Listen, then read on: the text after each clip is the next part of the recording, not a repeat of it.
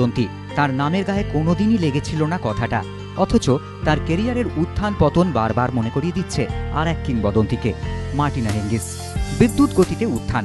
Germany Sabin লিজিকিকে হারিয়ে জিতে নিয়েছিলেন 2013 উইম্বলডন খেতাব, আর তারপরই প্রায় উল্কার গতিতে পতন, আচমকা অবসর। উইম্বলডন জয়ের মাত্র 6 সপ্তাহের মাথায় টেনিসকে আলবিদা জানালেন মারিয়ান বার্তোলি। বৃহস্পতিবার সিনসিনাটিতে ওয়েস্টার্ন অ্যান্ড সাউদার্ন ওপেনের দ্বিতীয় রাউন্ডে রোমানিয়ার সিমোনা হালেপের কাছে হার মানেন বার্তোলি। ফরাসি তারকা হারেন 3-6, 6-4, 6-1 সেটে। আর ম্যাচের পরই চমক, আচমকাই আন্তর্জাতিক টেনিস থেকে সরে যাওয়ার কথা ঘোষণা করলেন বার্তোলি। বিষয়টি মোটেই সহজ নয়, তবু বলতে বাধ্য হচ্ছি এটাই আমার কেরিয়ারের শেষ ম্যাচ। চোট আঘাত আমাকে ভোগাচ্ছে, শরীর আর দিচ্ছে না। আমার উইম্বলডন জয়কেই সাধারণ মানুষ মনে রাখবে, আমার শেষ ম্যাচ কারো মনে থাকবে না, জানালেন 28 বছরের ফরাসি তারকা। চোখের জলে তখন আক্ষেপ, উইম্বলডন জয়ের স্বপ্ন পূরণের আবেগও, পিছনে ফেলে আসা বেশ কিছুটা সময়।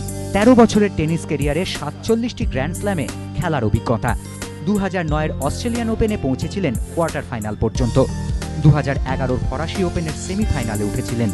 2012-তে যুক্তরাষ্ট্র ওপেনের শেষ 8-এ পৌঁছেছিলেন। আর 2013-তেই স্বপ্নপূরণ, হাতে উঠেছিল বহু কাঙ্ক্ষিত উইম্বলডন ট্রফি। উইম্বলডন 6 বছর বয়স থেকে অন্তত একবার ট্রফিটা হাতে নেওয়ার স্বপ্ন দেখতেন। স্বপ্ন ছোঁয়াও হলো শেষ পর্যন্ত। তাই কি মোহভঙ্গ? সরে দাঁড়ানোর সেরা সময়?